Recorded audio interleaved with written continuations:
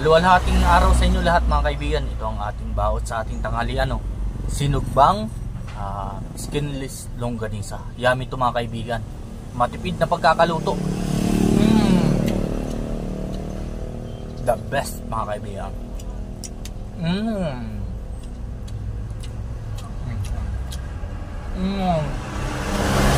Lambot, malinamnam.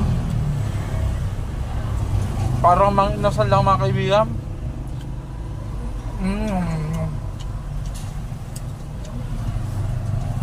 10 pesos lang mga kaibigan ang isang piraso, no? At itong dalawang piraso ay 26 pesos. Tipid na.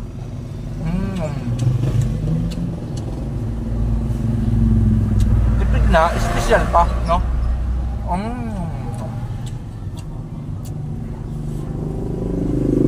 Sinog pa mga kaibigan, the best naman. Tama lang yung pagkakaano natin, magkakaluto. Sa dahon lang ng saging mga kaibigan, pinatong lang natin to. Wala nang mantika, kasi kusa itong nagmamantika mga kaibigan kapag niluluto. Ngame.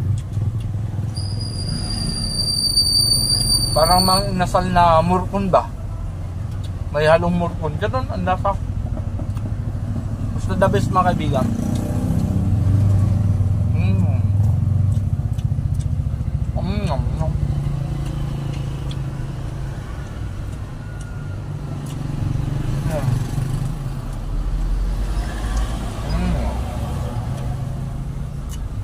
Nakatipid na naman tayo mga kaibigan. At shout out sa lahat ng mga taga Camarines Norte. Dito kami nagruta mga kaibigan. At yung kasamahan ko mga kaibigan, nasa likod yung kumakain doon sa nadalawa nasa likod ko. Ang kasamahan ko yan. Ako kasi lagi ako nagbabaon eh.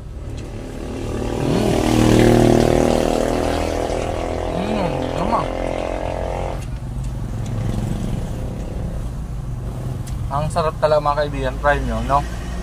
Ang kakaibang pamamaraan ko sa pagluto ng skinless longganisa. Yummy. Tipid pa.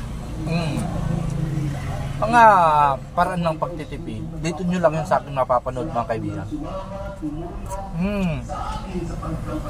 May dumada ng nagpapasalamat dahil nanalo at nagbigay sa akin ng suporta.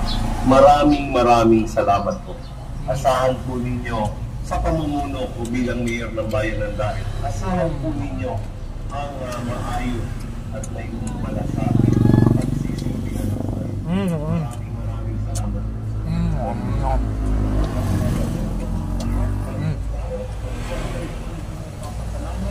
Kahit tayo mga kaibigan nagtitipid, laging masarap ang kain natin, no? Lagi tayong ginaganahan.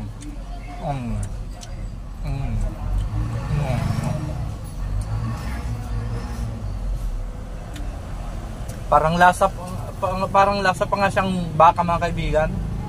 Yung skinless, no? Pagka sinugba mo siya, no? Dami. Para pa palang shawarma mga kaibigan, di ba, no? Yung shawarma.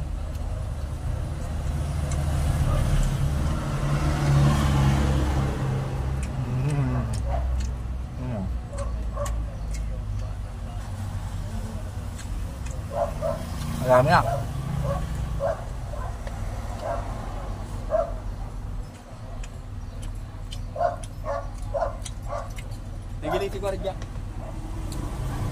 At sa muli mga kaibigan, ito ang inyong lingkod, OFW sa Pinas, si Mark, ang overworked Filipino worker sa Pinas.